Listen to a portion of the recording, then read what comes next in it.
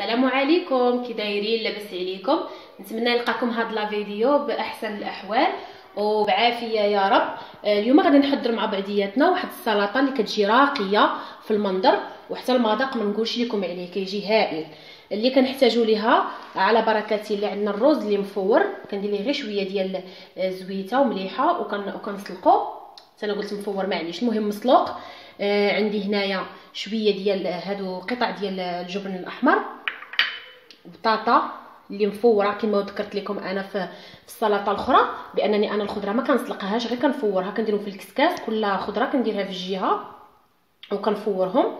عندي هنايا شويه ديال الكروفيت، عندي هنايا لادان، شويه ديال لادان، الذره المعلبه، الباربه اللي مسلوقه، هذه اللوبيا شعره، عندي الطون ديال الزيت، شرائح ديال لادان، عندي شويه ديال الكالامار اللي قليته، شويه ديال المعدنوس، وباقيين بزاف ديال المقادير اللي كل وحده غادي نذكرها ان شاء الله في المرحله ديالها باش ما يجيش الفيديو طويل. وعندي هنايا المقارونيه اللي بالالوان اللي سلقتها حتى هي بشويه ديال الزيت ومليحه.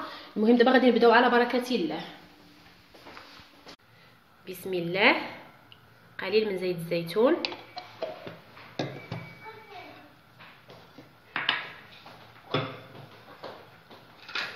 اللي غادي نشحروا فيه هاد لادانت،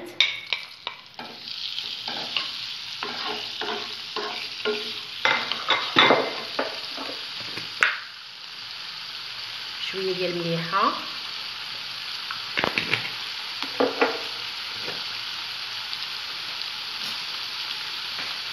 قليل من الفلفل الاحمر،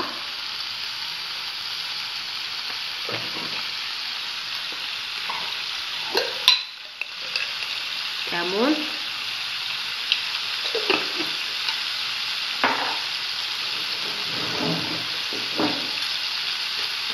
ثوم بودره،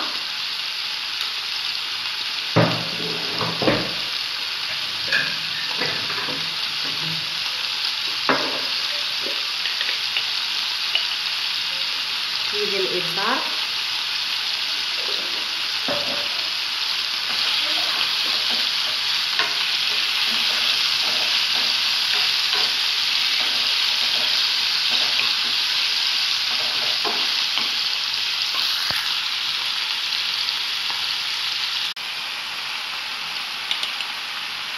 قليل من السكنجبير،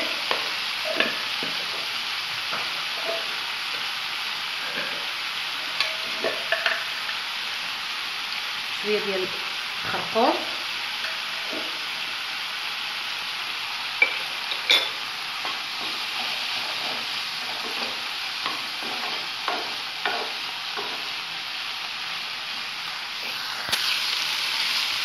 ها هو دابا راه وجد لينا لادانت، غادي نطفي عليه، غادي نحيدو باش نشحر دابا شويه داك شويه ديال الكروفيت اللي عندي، وندوزو ان شاء الله لباقي المراحل. في نفس المقلاة غادي ندير شويه ديال زيت الزيتون اللي غادي نصوطي فيه الكروفيت،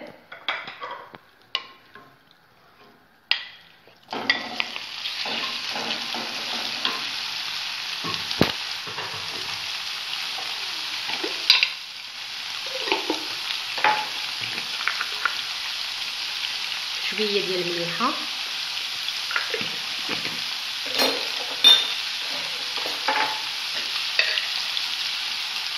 شويه ديال الابزار،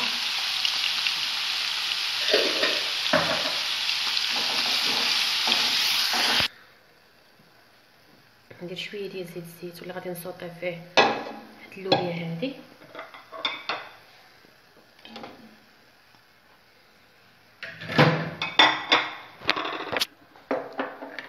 شويه ديال الملح،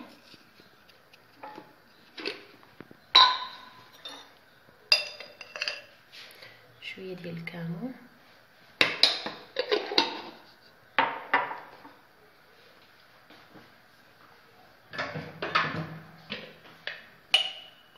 ابزار شويه،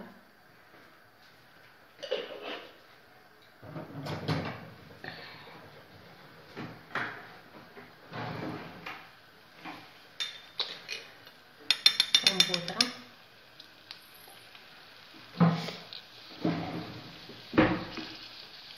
شويه ديال المعدنوس،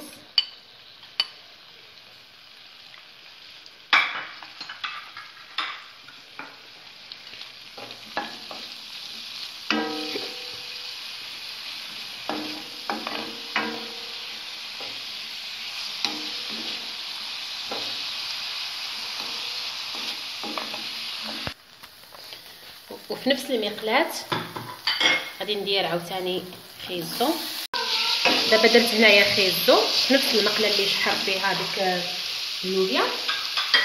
نديرو دابا شويه ديال المعدنوس اللي بقى لينا،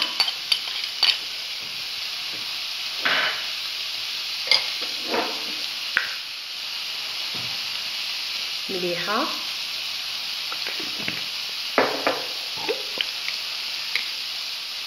وشويه ديال الكمون.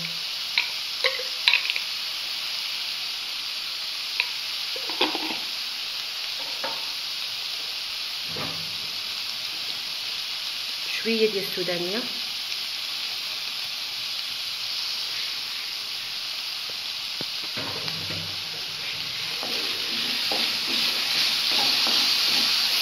دابا غنصايبوا الصلصه اللي غادي نخلطوا بها الخضر والرز والمقرونيه. غادي نديروا زيت الزيتون،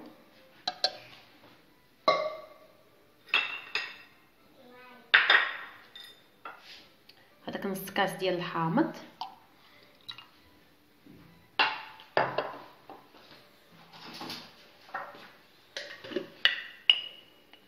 شويه ديال البصار،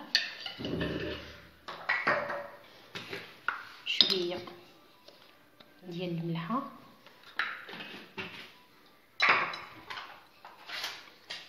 عندي واحد الدانون طبيعي بدون سكر،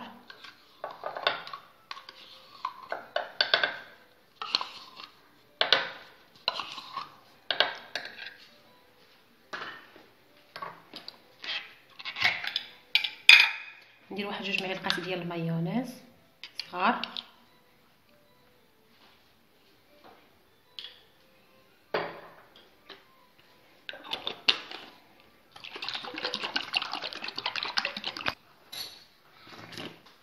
هاهي الصلصه هي ولات جاهزه. دابا نديروها في الرز، ندير شويه ديال الثوم،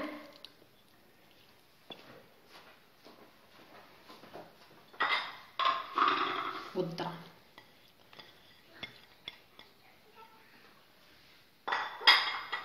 نكتفيو غير بهاد المكونات باش يجي تناغم في اللذات. ما يجيش كنشوف بزاف ديال السلطات كيستعملوا فيهم بزاف المكونات، حتى المذاق ديال هذاك المذاق ديال ديك الاكله ما كيبقاش، انسان خاطر ديالو كيهرب. من الاحسن تكون هكا كل حاجه في بلاصتها.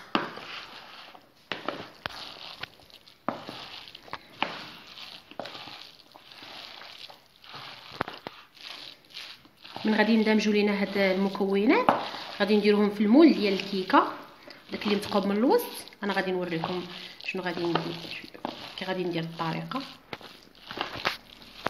صافي ها هي المكونات راه كامله اندمجات مع بعضياتها. نجيبوا المول هذا واللي غادي نعمر فيه،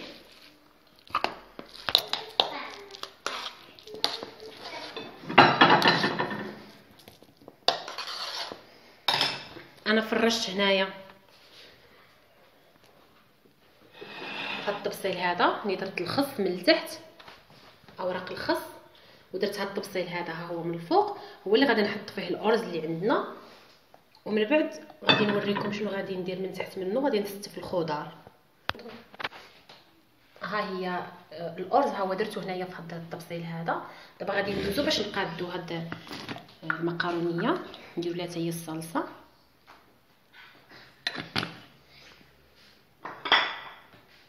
نديرو ليها شويه ديال الطون،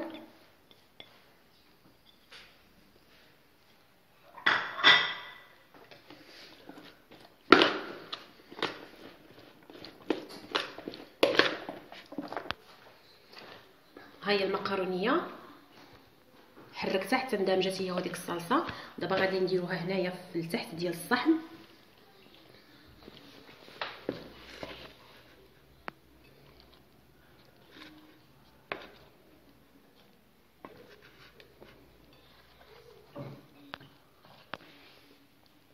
ها هي المقرونيه راني درتها اسفل ديال الصحن الفوقاني، درتها هي هكا من التحت. دابا غادي نصايب البطاطا.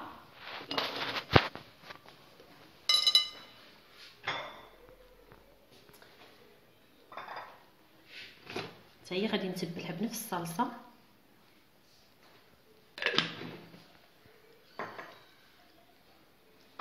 ندير فيها شويه ديال الثوم،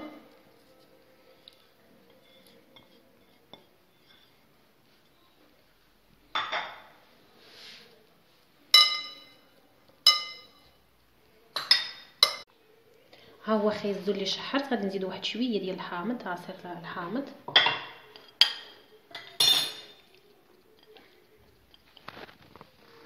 دابا نبدا نعمر.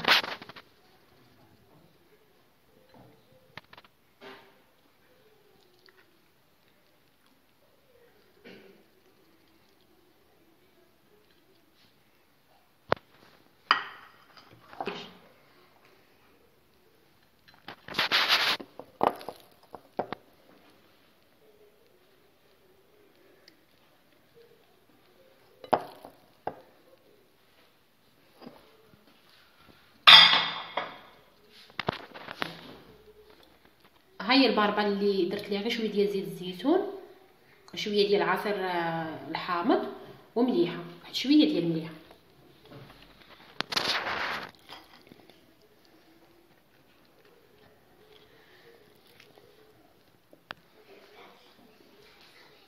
هاي اللوبيا حتى هي غادي نزيد عليها واحد شويه ديال عصير الليمون الحامض.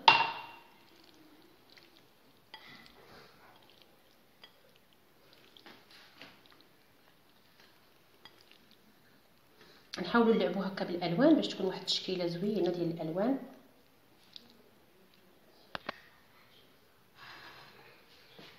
دابا غادي ندير الكروفيت.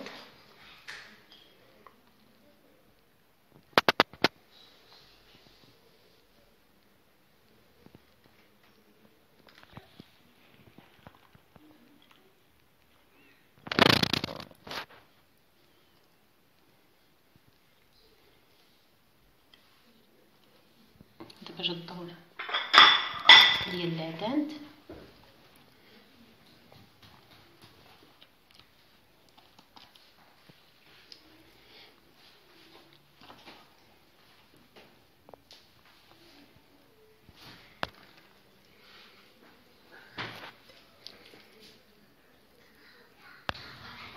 دابا غادي ندير الكالامار.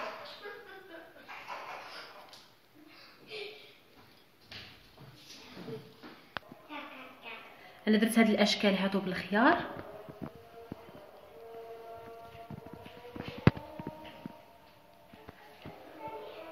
وزوقتها بالكروفيت. انا نوريكم باقي المراحل.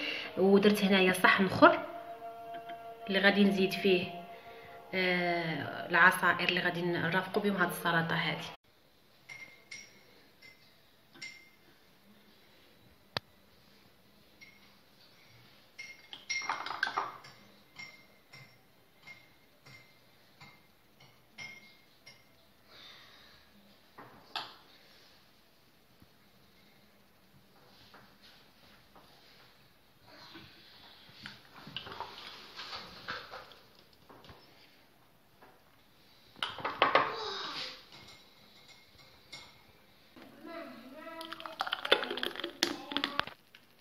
هذا التفاح نزيد معاه معلقه ديال سنيده، نزيد معاه كويس ديال الحليبه ونطحن. ها هو هنايا الخيار، نزيد عليه 2 معالق ديال سنيده والعصير ديال البرتقال. هنايا درت خيزو، معلقه ديال سنيده، نديرو العصير ديال البرتقال ونطحنو.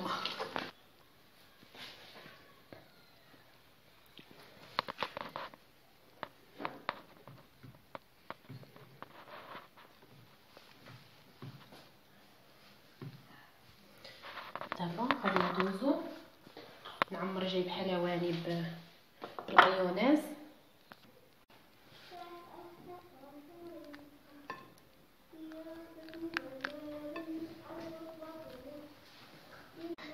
ها هي راه السلطه ديالنا راه ولات دابا جاهزه بعد ما زينتها بقطع ديال الجبن الاحمر.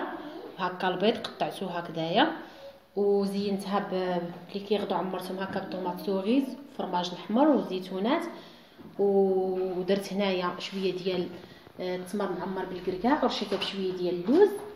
المهم كل حاجه كتبقى واخده المذاق ديالها، ما نبقاوش نكثروا الصلصات وهذه. الانسان يعني الله سبحانه وتعالى راه خالق لنا الاطعمه اصلا بنينه، كنزيدوا عليها غير لمسات قليله راه بلا ما نكثروا علينا كثره الصلصات وكثره هذه. المهم ها هي، نتمنى تعجبكم وحتى نتلاقاو في الفيديو الجاي ودمتم في امان الله.